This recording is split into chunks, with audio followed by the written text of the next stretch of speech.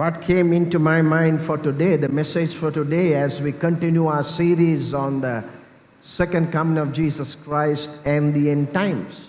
යේසුස් වහන්සේගේ දෙවෙනි පැමිණීම සහ අවසාන කාලය පිළිබඳව අද මගේ හදවතට ඇති වුණා වූ පණිවිඩය මේකයි.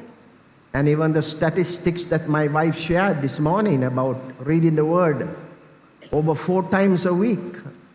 අද උදෑසන අපි බෙදාගත්තා සතියකට 4 වතාවකට වැඩි අපි දේව වචනේ කියවලා උරා ගන්නවා නම්. Yeah, not only reading, but absorbing. I like that word. Not only reading, but absorbing into your life, like a sponge, absorbing the life and the power of the word into our lives on a daily basis. අපි වචනේ කියවනවා විතරක් නෙමෙයි, නමුත් ඒ කියවන දේ අපේ ජීවිතවලට උරා ගන්නවා නම් ස්වාමින් වහන්සේ අපිට මොනවද මේකෙන් මේ හරහා දෙන පණිවිඩය කියලා. Absorbing has to do with meditating. මේ උරා ගන්න පුළුවන් වෙන්නේ අපි ඒක මෙනෙහි කරන කොටයි. You want to absorb the word of God? අපිට ඕනේද දේව වචනය උරා ගන්න? Meditate on it. Ponder upon it. ඒ වචනය ගැන කල්පනා කරන්න, මෙනෙහි කරන්න. Hear the voice of God. ස්වාමින් වහන්සේගේ හඬ අසන්න. The voice of the Holy Spirit. සුද්ධාත්මයන් වහන්සේගේ හඬ.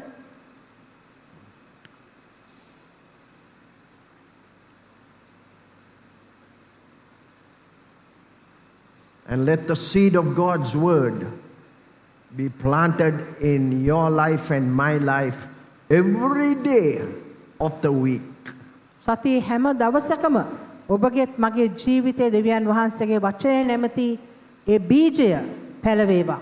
So that all of us එතකොට අපි සියලු දෙනාටම will be strong in the Lord අපි සියලු දෙනාටම ස්වාමින් වහන්සේ තුල ශක්තිමත් වෙන්න පුළුවන්. and His mighty power. ඒ වගේම උන්වහන්සේගේ බලවත් බලය තුල You're strong in faith. බලවත් ඇදහිල්ල තුල You're strong in love. ප්‍රේමය තුල ශක්තිමත් වෙන්න පුළුවන්. You're strong in the grace of God, the grace of His word. දෙවියන් වහන්සේගේ වචනය තුල අනුග්‍රහය තුල ශක්තිමත් වෙන්න පුළුවන්.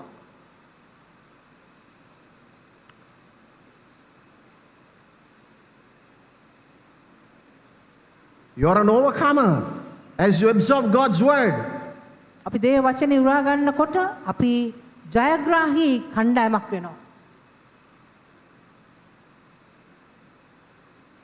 And you are ready. ඒ වගේම අපි සූදානම්. To be a blessing to others. අනිත් අයට ආශිර්වාදයක් වෙන්න අපි සූදානම්. Through the scriptures, through the word. දේව වචනේ තුලින් සුද්ධ ලියවිල තුලින් To instruct others, to lead others. අනිත් අයට ගුරුහරුකම් දෙන්න, අනිත් අයට මඟ පෙන්වන්න, To build others. අනිත් අයව ශක්තිමත් කරන්න. Through the word. Can you lead a person to Jesus Christ through the Bible? ඔබට පුළුවන්ද බයිබලය තුලින් කාට හරි යේසුස් වහන්සේ වෙතට එන්න මඟ පෙන්වන්න? Very true what you share. The more that you're in the word of God, the more you become, there's a passion for the lost. You become evangelistic.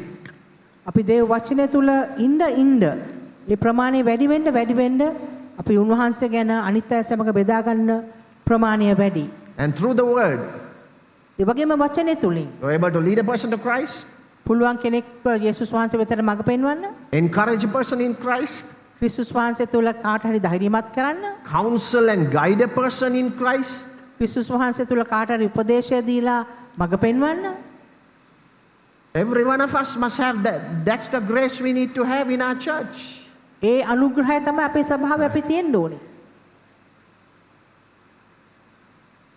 Because that's what the word of God says in the new covenant. We are all a kingdom of priests. අපි අලුත් කිවිසුම තුල අපි සියලු දෙනාම ක්‍රිස්තුස් වහන්සේට පූජක පිරිසක්. You know God. මම දෙවියන් වහන්සේව දන්නවා නම්, You have His word in your heart. You know His word.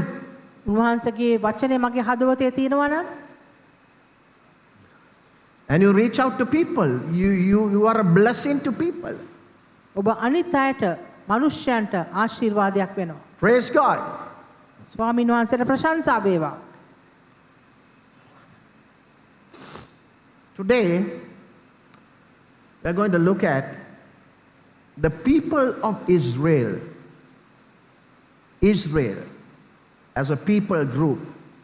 Now we have the nation of Israel in the Middle East, the nation of Israel. Israel, the Jewish people. The people of Israel in God's redemptive plan. What is the picture?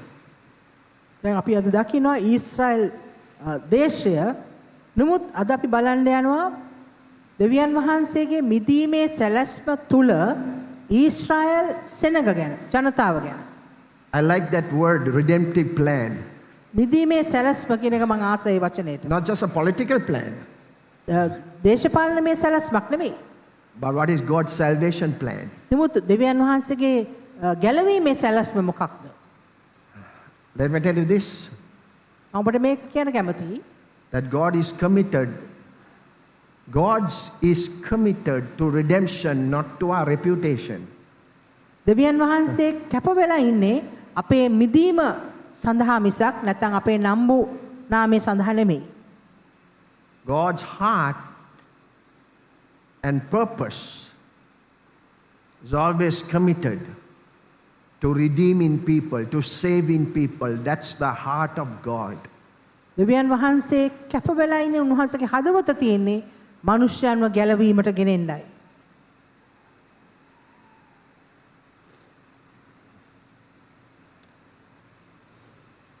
Israel. Israel When you read the Bible, බයිබලයේ කියවනකොට especially the Old Testament, විශේෂයෙන්ම පරණ ගිවිසුම starting from the Old Testament, අපි පරණ ගිවිසුමෙන් දැන් පටන් ගන්න කියවන. running through the New ඊට Testament. පස්සේ අපි අලුත් ගිවිසුම හරහා යනකොටත් Today we have the nation of Israel අද අපි දකිනවා ඊශ්‍රායල් දේශය and what they are facing. ඒගොල්ලෝ මුහුණ දෙන්නා වූ දේවල් අපි දකිනවා.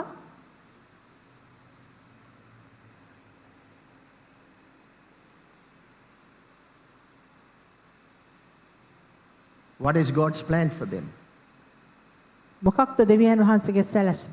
Because if you study the Old Testament, it's very clear, crystal clear, අපි පරණ ගිවිසුම කියවුවොත් ඉතාම පැහැදිලිව මේක පේනවා. that you see God's dealing with the people of Israel. With the people of Israel. That's the Old Testament story. පරණ ගිවිසුමේ කතාව තමයි දෙවියන් වහන්සේ කොහොමද ඊශ්‍රායල් සෙනගත් එක ගනුදෙනු කරේ කියලා. ඒක තමයි පරණ ගිවිසුමේ අපි දකින්නේ පැහැදිලිව දකිනවා.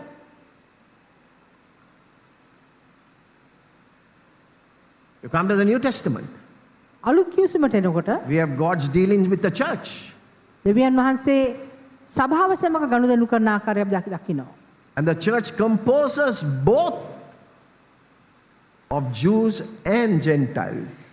සභාවේ ජුදෙව්වන් සහ අන්‍ය ජාතිකින් දෙගොල්ලම සිටිනවා.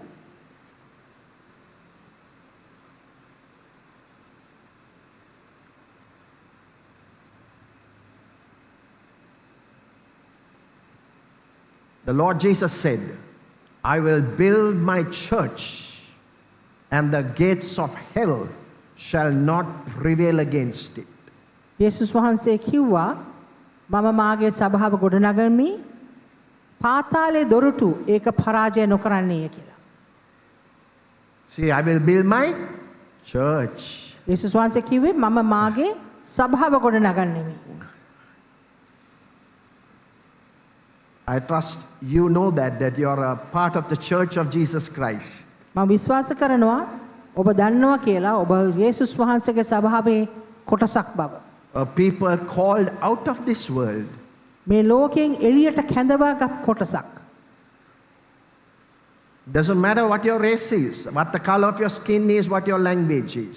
ඔබගේ සමේ පාට මොනවා වුණත් ඔබගේ ඔබ කතා කරන භාෂාව මොනවා වුණත් ඔබ මොන ජාතියකට අයිති වුණත් ප්‍රශ්නයක් නැහැ. It is a people called out of this world. මේ ලෝකයෙන් එළියට කැඳවාගත්තා වූ කොටසක් තමයි ඒ. Set apart වෙන් කරලා තියෙනවා to be the people of God. දෙවියන් වහන්සේගේ සෙනගවන පිණිස. But we are in this world. නමුත් අපි ඉන්නේ මේ ලෝකයේ තුලයි. But we are not of this world. නමුත් අපි මේ ලෝකයේ කට්ටියක් නෙමෙයි. We are all part of His glorious kingdom. අපි උන්වහන්සේගේ තේජාන්විත රාජ්‍යයේ කොටසක් අපි. Oh, praise God for that. ස්වාමීන් වහන්සේට ප්‍රශංසාව වේවයි ගැන. So you must understand, each one of you in Christ, locally, nationally, globally, God is gathering His church. අපි තේරුම් ගන්න ඕනේ අපි ප්‍රාදේශීය වශයෙන් අපි ජාතික වශයෙන් සහ අන්තර්ජාතික වශයෙන් දෙවියන් වහන්සේ උන්වහන්සේගේ සෙනගව රැස් කරනවා. Thank God for the church in Sri Lanka, ලංකාවේ සභාව ගැන උන්වහන්සේට ස්තුතියි. for all our brothers and sisters in Christ, යේසුස් වහන්සේ තුල සිටිනා වූ සියලුම සහෝදර සහෝදරයන් ගැන ස්තුතියි. and for all the kingdom workers and pastors in our nation. අපේ රටේ ඉන්න දේව සේවකයන් සභාපාලකයන් නිසා ස්තුතියි. Not only pastors, apostles, prophets, evangelists, teachers. අපි දකින ගුරුවරුන් ඉවැන්ජලිස්තුන් ධර්මදේශකයන් විවිධ කණ්ඩායම් අය ඉන්නවා සේවය කරන Praise අය. God. ඔවුන් ගැන උන්වහන්සේට ස්තුතියි. Let's come back to Israel now. අපි ආපහු ඊශ්‍රායල් වෙතට එනවා. Israel became a nation on May 14th, 1948. ඊශ්‍රායලය ජාතියක් වුණේ 1948 මැයි 14 වෙනිදා. From AD 70, just look at this, what I'm sharing. These are the stats. This is the fact. From AD 70, I don't know if you remember AD 70 in our study on the end times. කී දෙනෙකුට මතකද අපි අන්තිම දවස් ගැන කතා කරනකොට ක්‍රිස්තු වර්ෂ 70 ගැන කතා කරා. How many of you remember AD 70? ක්‍රිස්තු වර්ෂ 70 ගැන මතකද? AD 70? AD, how many of you remember AD 70? Remember AD 70? Oh, good. Wow, that's a very few. So few. ඉතාමත් පොඩි කණ්ඩායමක් එක ගැන මතක. I'll tell you again, how many of you remember AD 70? ක්‍රිස්තු වර්ෂ 70 ගැන කී දෙනෙකුට මතකද? Okay. Okay, praise God for those who, I like those. But I see the majority, you don't understand what happened in AD 70. Can you remember? සුළු කණ්ඩායමකට මතකයි. නමුත් මතකද අපි ඒක ගැන කතා කරපු දේවල්? When we did the abomination of desolation spoken by Daniel the prophet, we touched on it. දිවසි වර දානියෙල් කතා කරන පිළිකුල ගැන කතා කරනකොට අපි ක්‍රිස්තු වර්ෂ 70 ගැන සාකච්ඡා කරා. How many of you remember 2009 in Sri Lanka? ශ්‍රී ලංකාවේ 2009 වර්ෂයේ කී දෙනෙකුට මතකද? 2009, how many remember 2009 in Sri Lanka? Come on, only 1, 2, 3. Don't remember? 2009 in Sri Lanka? Hello, are you watching the news? Are you looking at world affairs? Are you looking at Sri Lankan news? ඔබ ප්‍රවෘත්ති බලනවද? ඔබ ප්‍රවෘත්ති අහනවද? ලංකාව ගැන, ජාත්‍යන්තරය ගැන? What happened in 2009 in Sri Lanka? 2009 ලංකාවට මොකක්ද වුනේ? Tell me. Hello. The war ended. යුද්ධය අවසන් වුණා. The war ended. ලංකාවේ තිබුණ යුද්ධය අවසන් වුණේ 2009 දී. 2009. 2009 දී. How many of you remember 2004? 2004 කී දෙනෙකුට මතකද? That was not many. That I don't know how many of you are reading. 2004, how many remember? 2004 වර්ෂයේ මතකද? I was on the beach on 2004 after Sunday service. We were on the Lunava, on the rocks. 2004 ඒ ඉරිදා අපි දේව මෙහෙයන් පස්සේ අපි ගියා මූදුවරලට. මූද බලන්න නෙමෙයි. මොකද බලන්න හරි කමක් නැහැ. පෙරළ පා ගන්න නෙමෙයි. We were visiting a lady there. She's in glory now. Whole family. පවුලක් හැටියට පල්ලියට එන කාන්තාවක් අසනීප වෙලා හිටියා. එයාව බලන්න ගියා. What happened on that day? මොනවාද ඒ දවසේ වුනේ? The tsunami. Very sad day. තාමත් දුක්ඛිත දවසක් සුනාමි එක ලංකාවට ආපු දවස. Very sad day. Very sad day in the history of Sri Lanka and the Asian tsunami. ඊටාම දුක්ඛිත දවසක් එක ලංකාවටත් ආසියාතික රටවල් වලටත්. So don't forget history, don't forget dates, facts. What happened? ඉතිහාසය අමතක කරන්න එපා. දිනයන් වුණා වූ සිද්ධීන් මතක තියාගන්න. From AD 70 to 1948, May 14th, Israel ceased to be a nation. ක්‍රිස්තු වර්ෂ 70 ඉඳලා 1948 මැයි 14 වෙනිදා වෙනතෙක් ඊශ්‍රායලය ජාතියක් හැටියට හැඳින්වුනේ නැහැ. And they went through fire, ජාතියක් හැටියට තිබුණේ නැහැ. ඒගොල්ලන් ගොඩාක් ගිනි මැදින් ගියා ඒ කාලේදී. especially with World War II and with the Holocaust. විශේෂයෙන්ම ලෝක යුද්ධය දෙවනි ලෝක යුද්ධය හා මිනිස්යන් මැරීමේ කාලෙත් තිබුණ නිසා. That was terrible. ඉතාමත් දරුණු කාලයක් ඒක. Still, people are against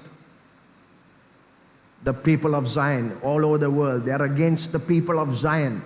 තවමත් ලෝකයේ මිනිස්යන් සමහර මිනිස්යන් සියොන් නැත්තම් සභාවේ අයත් එක්ක තරහින් ඉන්නේ.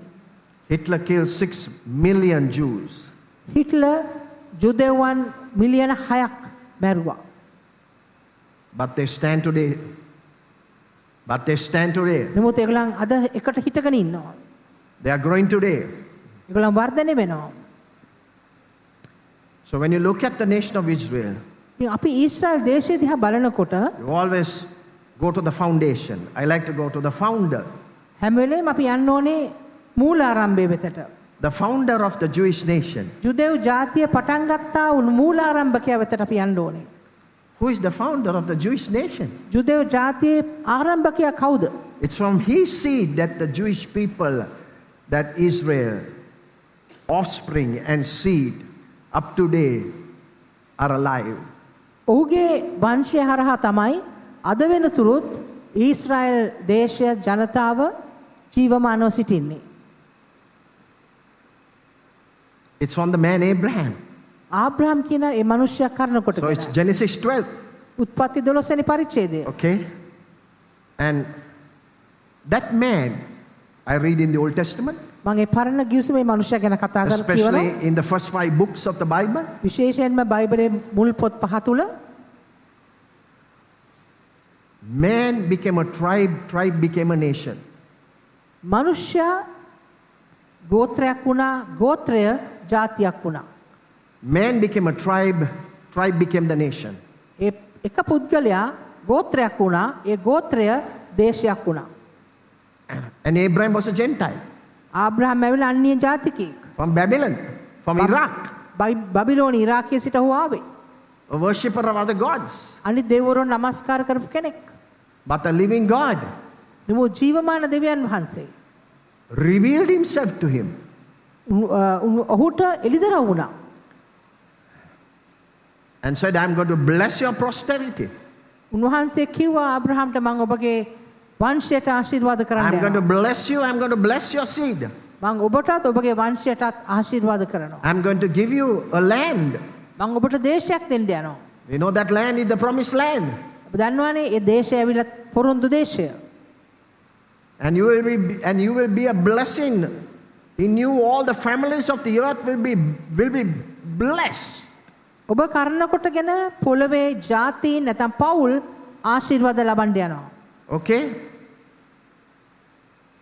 So they have a history of about a 4,000 year history. ඒගොල්ලන්ට තියෙනවා අවුරුදු 4,000ක විතර අතීතයක්. 4,000. Yeah. අවුරුදු 4,000ක් විතර. From Abraham today is 4,000 years. ආබ්‍රහම් ඉඳලා අද දක්වා ගත්තොත් අවුරුදු 4,000ක්.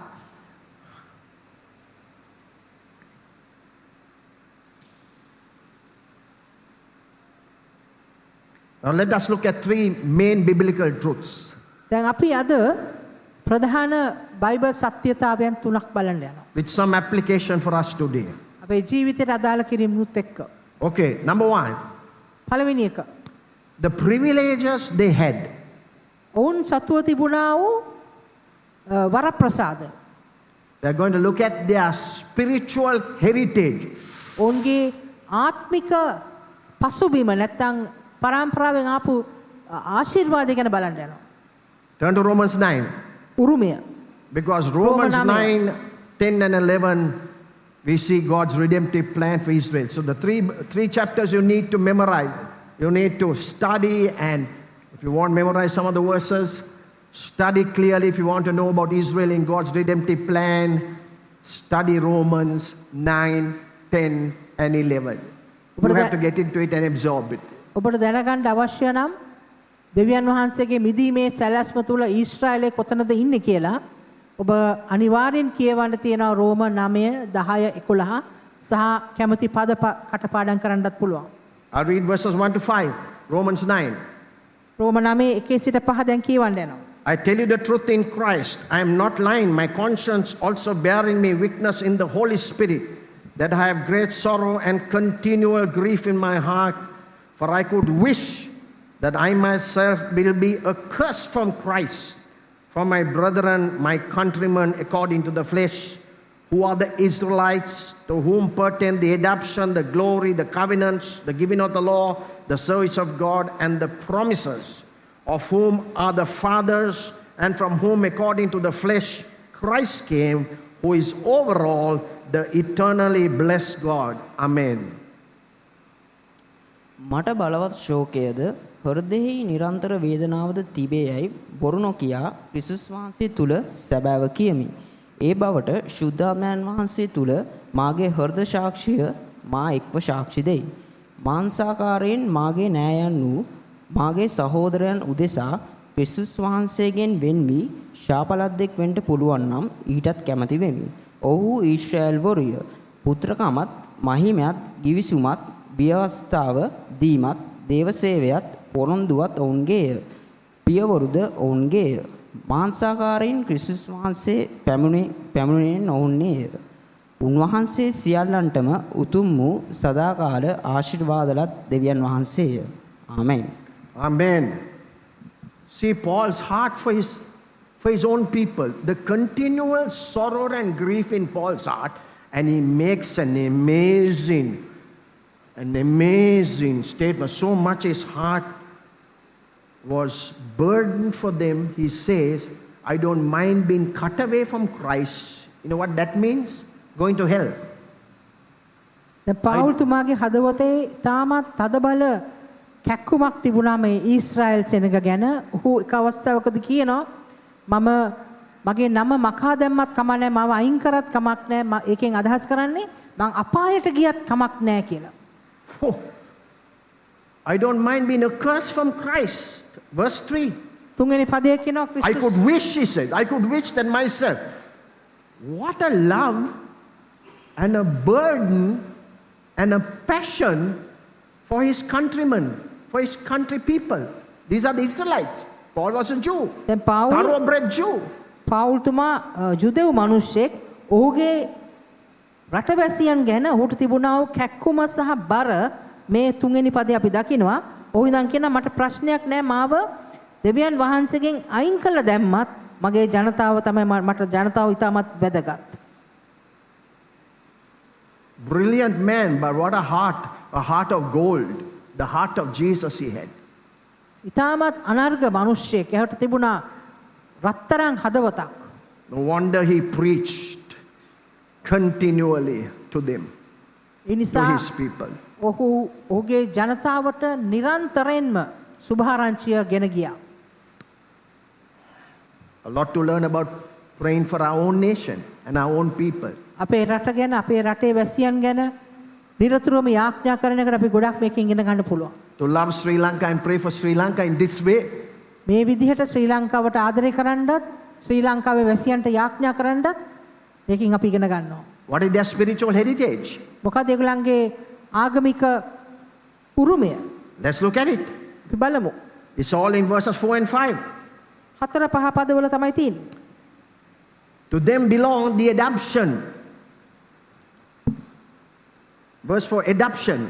එතන 4 වෙනි පදේ කතා කරනවා පුත්‍රකමට හදාගත්තා. You know, a natural child has rights. දැන් තමාට ජාතක වෙච්ච දරුවෙක් නම් ඔහුට තියෙන අයිතිවාසිකම්. And they deserve. ඒක වුන් ලබන්න සුදුසුයි. Things that have to be done for them and given to them. උන්ට ලැබිය යුතු දේවල්, ඔවුන් වෙනුවෙන් කළ යුතු දේවල් තියෙනවා. When you have a natural child, ඔබට ජාතක වෙච්ච දරුවෙක් ඉන්නවා නම් okay, they have rights. ඒගොල්ලන්ට තියෙන අයිතිවාසිකම්. But Paul is saying Paul මෙතන කියනවා they have been adapted. ඒගොල්ලන්ගේ පුත්‍රකමට හදාගෙන තියෙනවා කියලා.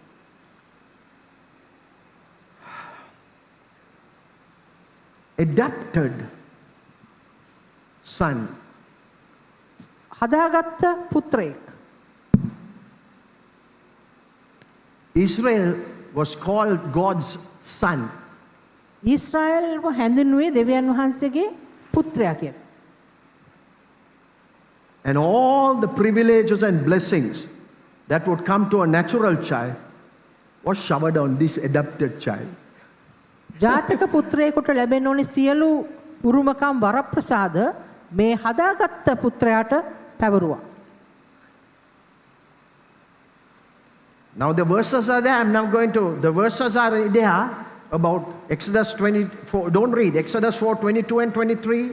Jeremiah 31, 9. And Hosea 11, 1 says, I called my son from Egypt. Israel equals my son. What a calling, what a privilege, what a heritage. Think of it.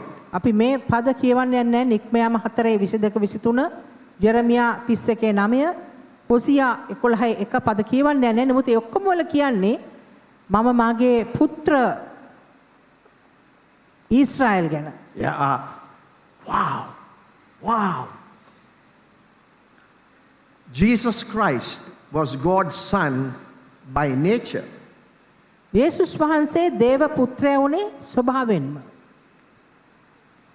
Israel was God's son by adoption. Israel දේව පුත්‍රයා වුණේ හදා ගැනීමෙන්. So are you and I. ඔබත් මාත් එහෙමයි. That's why you must read Romans chapter 8. ඒ නිසා ඔබ රෝම 8 කියවන්න ඕනේ. Including us Gentiles, we have been adopted into God's family. අපි අන්‍ය ජාතික අය නමුත් දෙවියන් වහන්සේගේ පවුලට අපිව එකතු කරගෙන තියෙන පුත්‍රකමට. And the spirit of adoption, the Holy Spirit is called the spirit of adoption. ඒ වගේම ශුද්ධාත්මයන් වහන්සේව හඳුන්වනවා පුත්‍රකමේ ආත්මයන්න් හැටියට. So that we cry out, Abba, Father. අපිට අබ්බා පියාණනි කියලා කතා කරන්න පුළුවන් දෙවියන් වහන්සේට. Praise God. ස්වාමීන් වහන්සේට ප්‍රශංසාව වේවා. Then he says glory. They were given glory. ඊට පස්සේ කියනවා ඔවුන්ට මහිමය දුන්නා කියලා. Adopted son was given the glory. මේ පුත්‍රකමට හදාගත්ත පුතාට මහිමය ලැබුණා. What is glory? මොනවාද මහිමය? The presence of God. දෙවියන් වහන්සේගේ අභිමුඛත්වය. God's presence amongst them when I read the whole Bible. මම මුළු බයිබලයේම කියවනකොට දෙවියන් වහන්සේගේ අභිමුඛත්වය මම දකිනවා උන් සමග. Read the book of Genesis, read the call of Abraham, read the tabernacle story, temple, Moses and Solomon prayer. The presence of God was among them. The glory. කියවන්න ආබ්‍රහම්ගේ කැඳවීම ඊට පස්සේ මෝසස් ඊට පස්සේ මණ්ඩපයේ පිහිටවීම මුළු ඉතිහාසයම ගත්තොත් දෙවියන් වහන්සේගේ ඒ මහත් වූ ක්‍රියාව පුත්‍රකමට කැඳවීම. And they were given the covenants. ඒ වගේම උන්ට ගිවිසුම් දුන්නා. They enjoyed a special relationship with the living God. ජීවමාන දෙවියන් වහන්සේ එක්ක උන් විශේෂ සම්බන්ධතාවයක් භුක්ති විඳා. You know what's a covenant? ඔබ දන්නවද ගිවිසුමක් කියන්නේ මොකද්ද කියලා? What's the difference between a covenant and an agreement? එකඟතාවයක් සහ ගිවිසුමක් අතර වෙනස මොකක්ද? Because God gave covenants. දෙවියන් වහන්සේ දුන්නේ ගිවිසුම්. Covenant is between a superior and an inferior. ගිවිසුමක් කියලා කියන්නේ උසස් නැත්නම් දෙවියන් වහන්සේ සහ මිනිසෙක් අතර වෙන්නා වූ දෙයක්. උතුම් තනන් වහන්සේ සහ පහත් කෙනෙක් අතර වෙන්නා වූ Here දෙයක්. God and Israel, God and man. දැන් මෙතන අපි දකින්නේ ඊශ්‍රායල් සහ දෙවියන් වහන්සේ අතර නැත්නම් දෙවියන් වහන්සේ සහ මිනිසයා අතර ගිවිසුම. It's a covenant special relationship. ඒක ගිවිසුම් විශේෂ සම්බන්ධතාවයක්. It's a binding promise. එකට බැඳ තබන පොරොන්දුවක්. That's a covenant. ඒක තමයි ගිවිසුමක් කියන්නේ. An agreement එකගතාවයක් කියන්නේ is between two equals. සම තත්ත්වයේ ඉන්න දෙදෙනෙක් අතර You got it? දෙයක්. Agreements are between two equals. එකඟතාවය නැති වෙන්නේ සම තත්ත්වයේ ඉන්න දෙදෙනෙක් අතර. You sign your house agreement. අපි ගෙවල් වල තියෙන Agreements for house when you purchase houses, buy and sell houses, you sign agreements. අපි ගෙවල් මිලදී ගන්නකොට කුලියට ගන්නකොට අපි මේ වගේ එකඟතාවයන් අපවලට අපි අත්සන් තබනවා. Yeah, it's all between two equals. සම දෙදෙනෙක් එක්ක තමයි ඒ වගේ එකඟතාවය නැති So they වෙන්නේ. were given the covenants. දැන් මේ මිනිස්යන්ට ඊශ්‍රායල් සෙනගට ගිවිසුම් දුන්නා. What are the covenants I see in the Bible given to them? මම දකින්නේ මොනවද මොන වගේ ගිවිසුම්ද දකින්නේ උන්ට දෙනවා. How many of you remember some of the covenants in the Bible? කී දෙනෙකුට මතකද දෙවියන් වහන්සේ දුන්නා වූ ගිවිසුම්? Matakada? Matakada? How many of you remember? Yeah. Okay, I'll run through it because of time. Abrahamic covenant, ආබ්‍රහම්ගේ ගිවිසුම, Mosaic covenant, මෝසස්ගේ ගිවිසුම, Davidic covenant, දාවිද්ගේ ගිවිසුම, and the new covenant. ඒ වගේම අලුත් ගිවිසුම. And before Abraham, you have the Noahic covenant. But I'm talking about in the context of the people of Israel, everything started with the Abrahamic covenant. අපි ඊශ්‍රායල් සෙනග සමග ගැන කතා කරන නිසා අපි ආබ්‍රහම්ගේ ගිවිසුමත් එක්ක පටන් ගත්තා. නමුත් නොආගේ ගිවිසුමකුත් තියෙනවා. You know that the new covenant is in the old covenant? ඔබ දන්නවද අලුත් ගිවිසුම පරණ ගිවිසුමේ තියෙනවා කියලා? All the promises about the new covenant, about the coming of Jesus and the church, and we've been the Israel of God, and all the promises are given in the old covenant. Given in the old covenant. Hello, the new covenant was given in the old covenant. අලුත් ගිවිසුමේ තියෙන ජේසුස් වහන්සේගේ පැමිණීම සභාව ඒ වගේම දුන්නා පොරොන්දු පරණ ගිවිසුමේ තියෙනවා කියලා ඔබ දන්නවද? All the blessings of the gospel, all the blessings in Christ, ක්‍රිස්තුස් වහන්සේ තුල තියෙන සියලුම ආශිර්වාද given to the church. සභාවට දුන්න දේවල් It's in the old covenant. ඒක පරණ ගිවිසුමේ තියෙනවා. Where in the old covenant? පරණ ගිවිසුමේ කොහෙද තියෙන්නේ? Can you remember the chapter? Let me පරිච්ඡේදය give it. මතකද? You don't seem to remember. Jeremiah 31. යරමියා 31. It's there, Jeremiah 31, 31 to 40.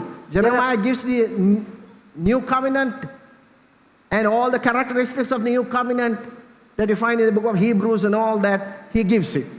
යරමියා 31 ඉඳලා 40 දක්වා ඒ කොටස අපි දකිනවා අලුත් ගිවිසුමේ හෙබ්‍රේව් පොතේ වගේ තියෙන ගිවිසුම් නැත්නම් පොරොන්දු ඒ සියල්ල ඒ කොටසට ඇතුළත් පරණ ගිවිසුමේ See the privileges.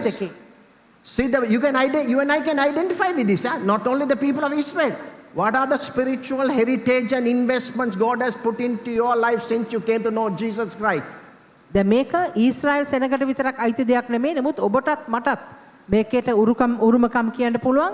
මම ජේසුස් වහන්සේ වෙතට ආව දවසේ ඉඳලා මට උන්වහන්සේ දීලා තියෙන වරප්‍රසාද මොනවාද? Don't take those lightly.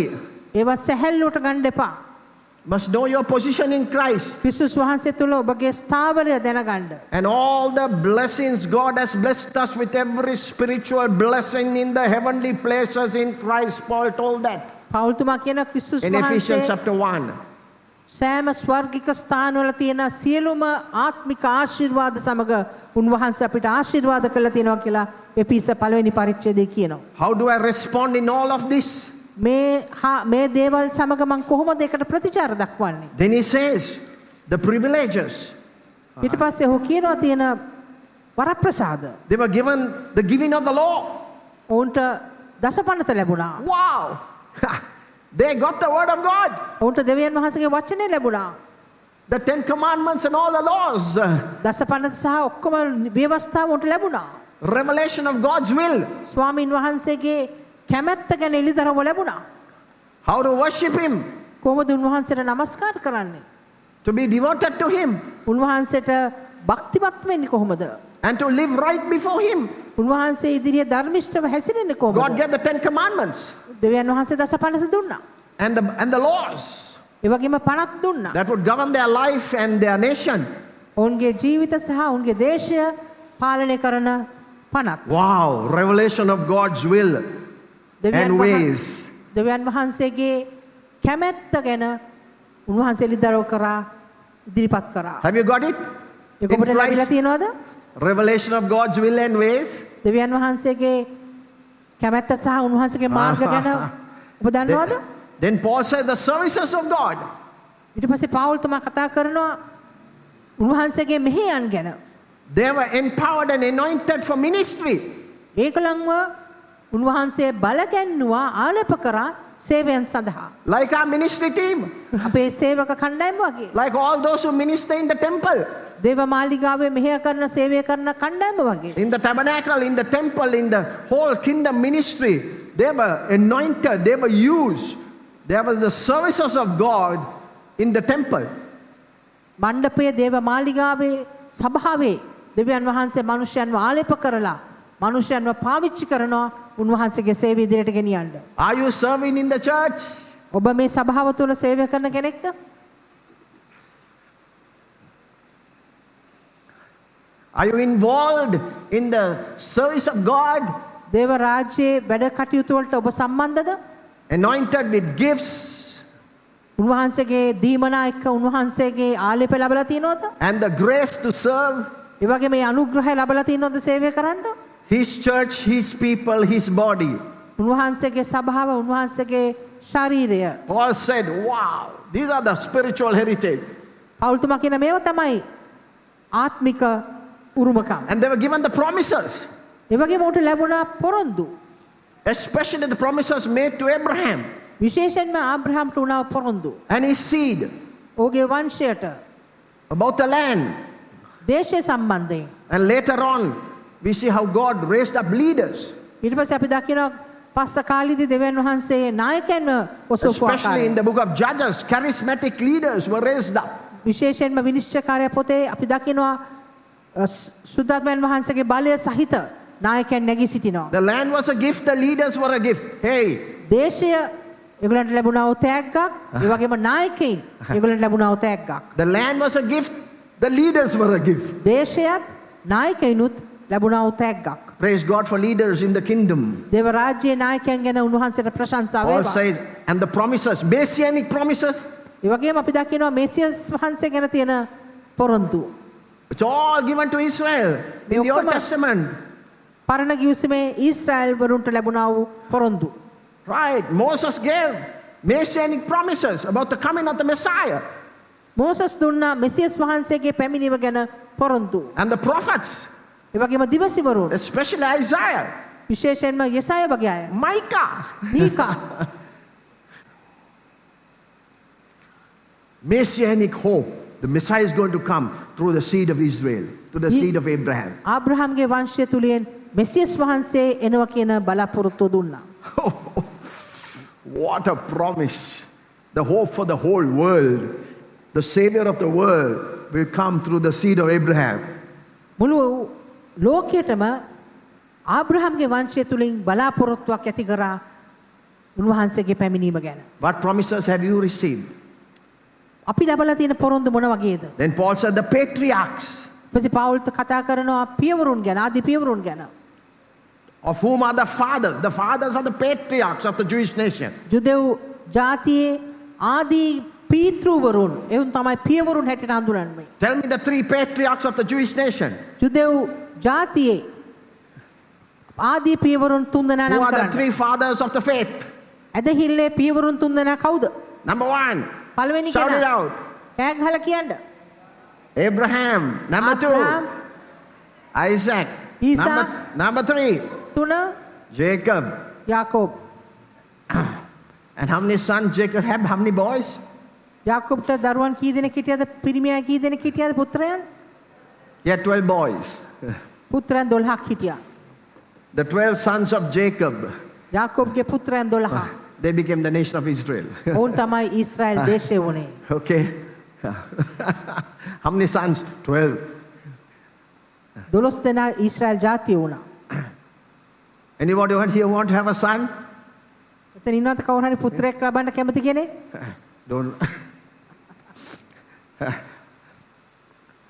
International Women's Day. Any lady here want to have a son? ඊයේ ජාත්‍යන්තර කාන්තා දිනයේ මෙතන ඉන්නවද කවුරු හරි කාන්තාවක් පුතෙක් බලාපොරොත්තු වෙයි? You want to have 3 sons, 5 sons, 7 sons, 10 sons, 12 sons? Of a cricket team and a reserve? ඔබට 3 දෙනෙක් නැත්නම් 5 දෙනෙක් නැත්නම් 10 දෙනෙක් 12 දෙනෙක් පුත්‍රයන් බලන්න කැමතිද? Playing cricket and one reserve. Cricket කණ්ඩායමක් සහ එක අතිරේක ක්‍රීඩකයෙකුත් එක්ක Anybody here? කවුරු හරි කෙනෙක් ඉන්නනම් අත උස්සන්න.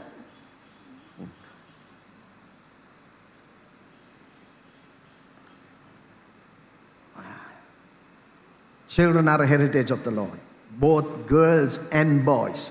Praise God. දූවරුන් සහ පුත්‍රයන් දෙදෙව්ලම දෙවියන් වහන්සේගෙන් ලැබෙන දායාදයක්. Now look at the next line. That is, I want you to underline the next line. දැන් කරුණා කරලා ඊළඟ පදය ඉරි ගහලා සලකුණු කරන්න. Why do I say it? ඇයි මම එහෙම කියන්නේ? Irrigand. And from whom I like Paul, the crescendo. He talks about the spiritual heritage and lifts up and brings us to the ultimate, දැන් මෙතන අපි to දකිනවා the supreme one. පවුල් තුමා අපි ඔසවනවා ඒ ක්‍රිස්තුස් වහන්සේ දිහා ඒ උතුම්ම ශ්‍රේෂ්ඨම Wonderful. තනන් වහන්සේ දිහා අපිව Just ඇස් යොමු කරනවා. wonderful.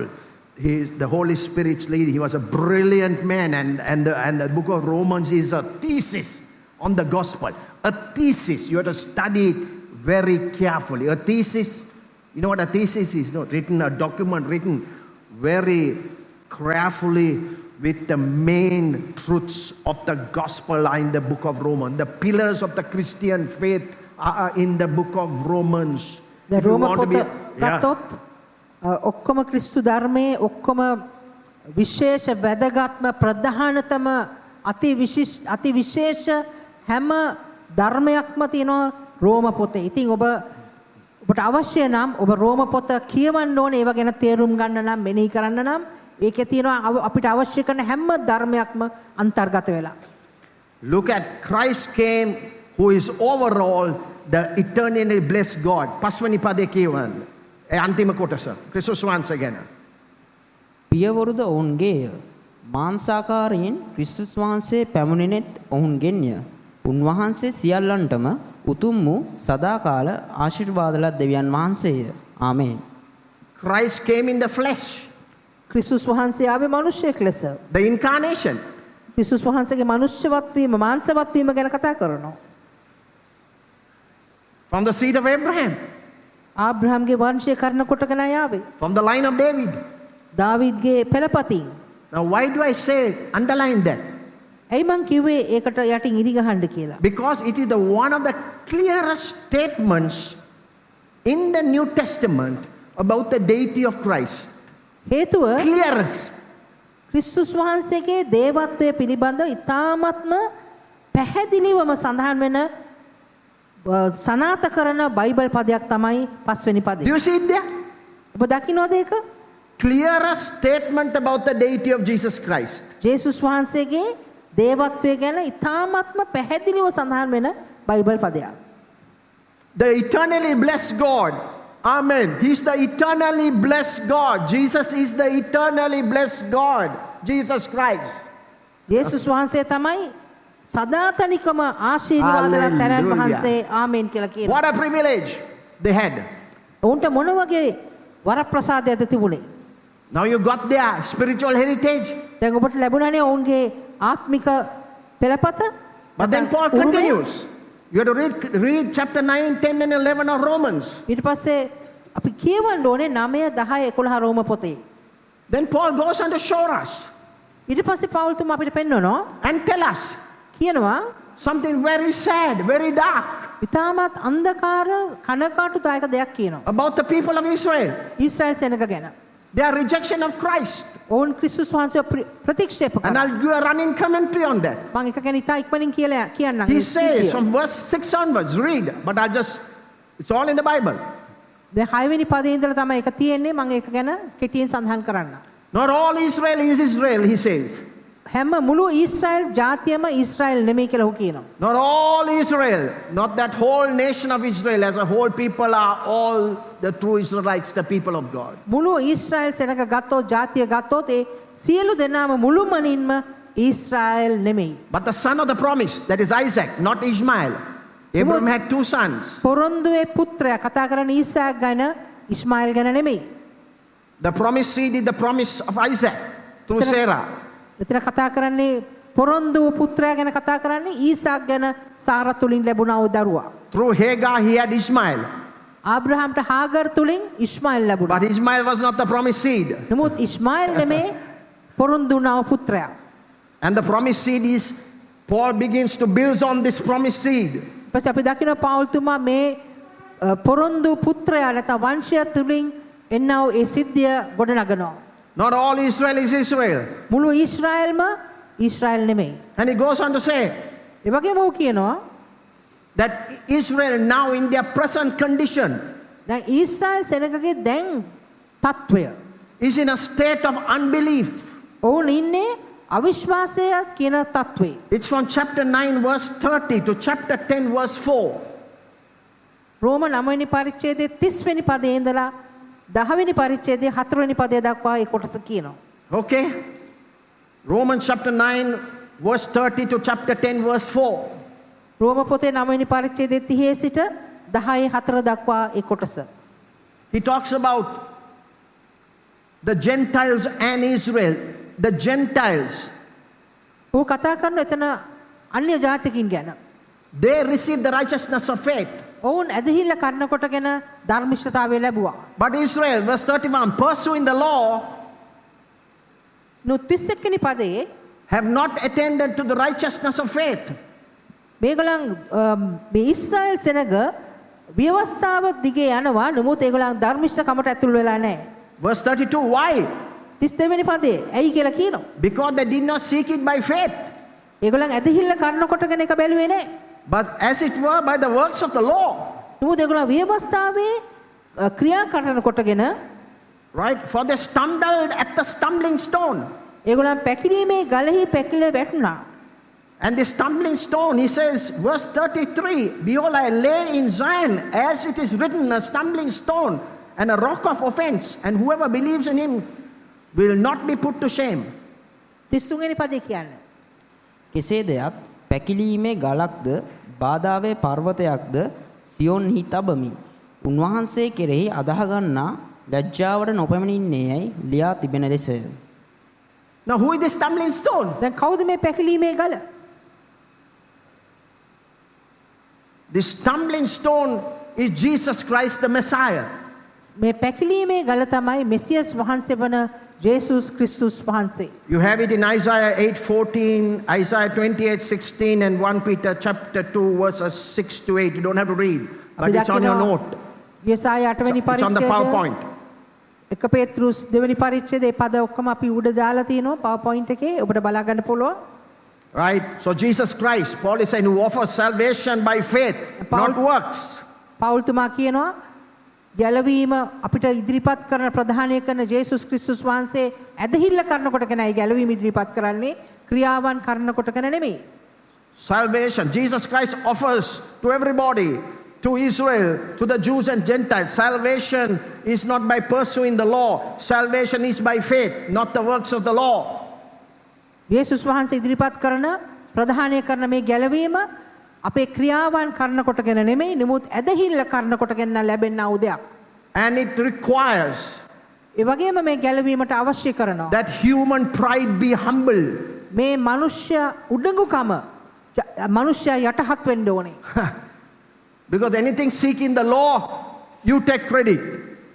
හේතුව අපි විවස්ථාව සම්බන්ධයෙන් නම් අපි එතකොට අපි තමයි එක කරේ කියලා අපි ඒ පාරට්ටු කරගන්නවා. That's what you do with the good works of the law. Pride enters. අපි යහපත් ක්‍රියාවලින් අපි ගැලවීම ලබා ගන්නවා නම් අපේ හදවතට පාරට්ටුව නැත්තම් උඩඟකම ඇතුල් වෙනවා. And Paul said the Gentiles, they have attained the righteousness of God by faith. පෞල්තුමා කියනවා දැන් මේ අන්‍ය ජාතකයින් ඒගොල්ලන් දෙවියන් වහන්සේගේ ධර්මිෂ්ඨකමට ඇතුල් වෙලා තියෙනවා ඇදහිල්ල කරනකොටගෙන. Chapter 10 verse 3. 10 වෙනි පරිච්ඡේදය 3. For they being ignorant of God's righteousness and seeking to establish their own righteousness have not submitted to the righteousness of God. Chapter 10 verse 3. මක්නිසාද ඔහු දෙවියන් වහන්සේගේ ධර්මිෂ්ඨකම නොදැන තමුන්ගේ ධර්මිෂ්ඨකම ස්ථීර කරන්නට සොයමින් දෙවියන් වහන්සේගේ ධර්මිෂ්ඨකමට යටත් නුනෝය. So by faith the Gentiles submitted to God's righteousness. අන්‍ය ජාතිකයින් ඇදහිල්ල කන්න කොටගෙන දෙවියන් වහන්සේගේ ධර්මිෂ්ඨකමට යටත් වුණා. But the Jews seeking to establish their own righteousness through the law have failed, have not submitted to God's righteousness. Righteousness of God is a gift. නමුත් ජුදෙව් මිනිසයන් දෙවියන් වහන්සේ ප්‍රදානය කරන ධර්මිෂ්ඨකමට ඇතුල් වෙන්න කැමති නැහැ. ඔවුන්ගේ උඩඟුකම නිසා මොකද ධර්මිෂ්ඨකම ඇවිල්ලා දීමනාවක් තෑග්ගක් ඕන් හදන්නේ ව්‍යවස්ථාව කරන කොටගෙන ධර්මිෂ්ඨකනු ලබන්නයි. It only requires belief in faith. That's it. මේකට අවශ්‍ය කරන්නේ ඇදහිල්ලෙන් විශ්වාසය පමණයි. So they are ignorant of God's righteousness. ඉතින් ඔවුන් ජුදෙව් මිනිසයන් දෙවියන් වහන්සේගේ ධර්මිෂ්ඨතාවය ගැන අඥානව සිටිනවා. They are establishing their own righteousness. ඔවුන් ස්ථාපනය කරන්න හදන්නේ ඔවුන්ගේ ධර්මිෂ්ඨතාවය. See the dullness in their mind. බලන්න ඔවුන්ගේ මනසේ තියෙන විවුල් භාවය නැත්තම් කිසිම දෙයක් තේරුමක් නැතිකම. There's a veil before their eyes, spiritual blindness. ඔවුන්ගේ ඇස් ඉදිරියේ තියෙනවා තිරයක් ආත්මිකව අන්ධ කරලා තියෙනවා. Verse 4. 4 වෙනි පදය. Paul says, for Christ is the end of the law for righteousness to everyone who believes.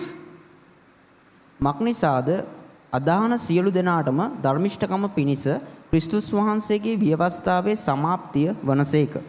Phew. See, Paul is saying, what is Paul telling you? I like it. තුමා කියන්නේ. Christ is the theological conclusion. Christ is the theological conclusion. Now that's a marvelous theological thought. Christ is the theological conclusion. You want to know God? You have to come to Christ. ක්‍රිස්තුස් වහන්සේ තමයි දේව ධර්මානුකූල නිගමනය. අපිට දෙවියන් වහන්සේව දැනගන්න ඕන නම් ඔබ ක්‍රිස්තුස් වහන්සේ වෙතට එන්න ඕනෙමයි. Christ is the goal and fulfillment of the law. අපේ ව්‍යවස්ථාවේ ඉලක්කය සහ සම්පූර්ණත්වය තමයි ක්‍රිස්තුස් වහන්සේ.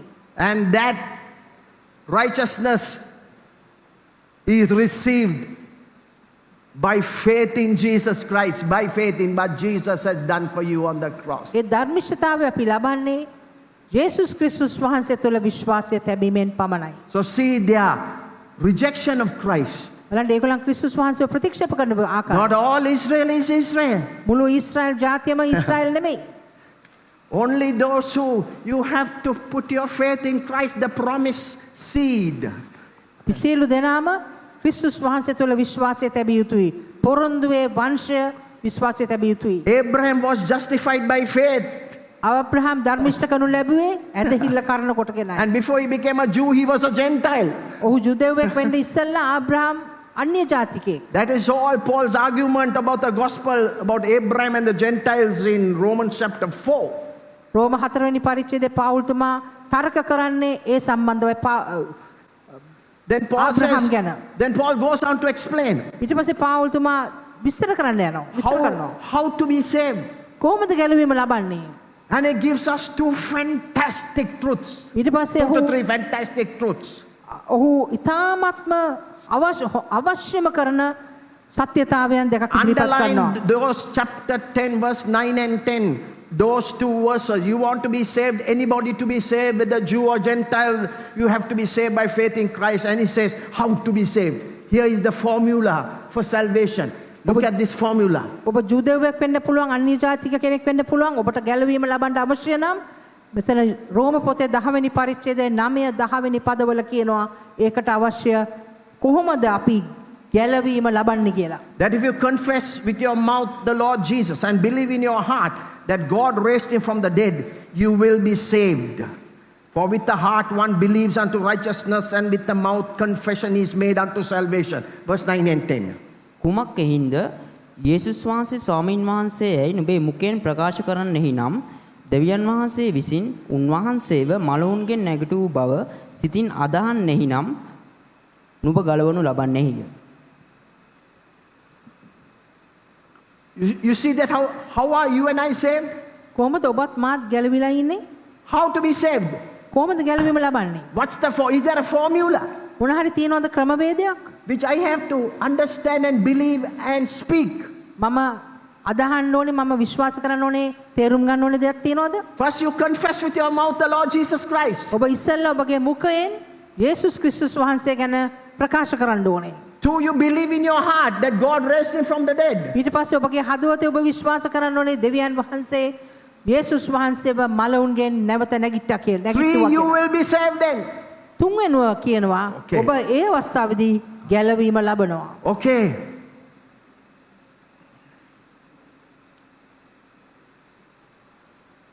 I'm going to stop there for today අපි අද එතනින් අවසන් කරනවා. because of time වෙලාව නිසා. and because of so much of facts I gave you. දැන් ගොඩාක් තොරතුරු ඔබට ලැබුණා මේ වෙලාව වෙනකොට. But I'm going to pick it up. I'm not over yet. We are not over yet. Huh? මේ මාතෘකාව යටතේ ඉගෙනීම තාම ඉවර නැහැ. So today we saw their spiritual heritage and the privileges. අපි අද බැලුවා ජුදෙව් මිනිසයන්ගේ උරුමය, දායාදය සහ ඒගොල්ලන්ට තියෙන අයිතිවාසිකම්.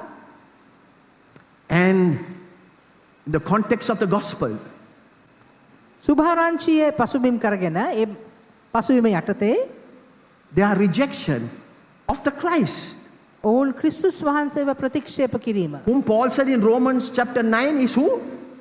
පෞල්තුමා රෝම 9 වෙනි පරිච්ඡේදය කියන්නේ The කවුරු Messiah came in the flesh මෙසියස් වහන්සේ මනුෂ්‍යාකාරයෙන් ලෝකයට ආවා. and he is the blessed God. උන්වහන්සේ තමයි ශ්‍රේෂ්ඨ දෙවියන් වහන්සේ. You should embrace him. ඔබ උන්වහන්සේව වැළඳ ගන්න ඕනේ. You should believe in him. ඔබ උන්වහන්සේව මුළු හදවතින්ම විශ්වාස කරන්න ඕනේ. My people, මගේ ජනතාවෙනි, accept my son. මගේ පුත්‍රව පිළිගන්න. And my son is God. මගේ පුත්‍රයා ඇවිල්ලා දෙවියන් වහන්සේ. The promised Messiah in the Old Testament. පරණ ගිවිසුමේ පවුරුන්දු වුණා මෙසියස් වහන්සේ. You had such a privilege. ඔබට එච්චර වරප්‍රසාදයක් තිබුණේ. And Jesus came in the flesh. යේසුස් වහන්සේ මනුෂ්‍යාකාරයෙන් වැඩියා. That's the story of the incarnation in the Gospel of John. යෝහන් සුභාරංචියේ යේසුස් වහන්සේගේ මනුෂ්‍යත්වය ගැන, මනුෂ්‍යාකාරයෙන් පැමිණීම ගැන කතාව ඒකයි. But why don't you want to receive him? ඇයි ඔබ කැමති නැත්තේ උන්වහන්සේව පිළිගන්න? Why don't you want to believe in him? ඇයි උන්වහන්සේ විශ්වාස කරන්න ඔබ අකමැති? What has happened to you? මොකක්ද ඔබට වුනේ? So sad. හරි දුකයි. There's continuous sorrow in my heart. මගේ හදවතේ දිගටම මේ වේදනාව තියෙනවා. Paul says, පෞල්තුමා කියනවා for my countrymen, මගේ රටවැසියන් the ගැන, Israelites, ඊශ්‍රායල් සෙනඟ ගැන. how did you miss it? කොහොමද ඔබට මේක මගහැරුණේ? How did you miss the son? කොහොමද මේ පුත්‍රයව ඔබට මගහැරුණේ? But I have more to share to you. මුත් ඔබට තියෙනවා තව දේවල් කියන්න මට. And I also have more to share with you. මටත් තියෙනවා ඔබට තව දේවල් කියන්න. From chapter 9, 10 and 11. 9 10 11 පරිච්ඡේදවල. We'll pick it up tomorrow. Sorry, not tomorrow, next Sunday. අපි ලබන ඉරිදා අපි ඒ ගැන Amen. තවත් බලමු. Hallelujah. Let's stand. අපි නැගී සිටිමු.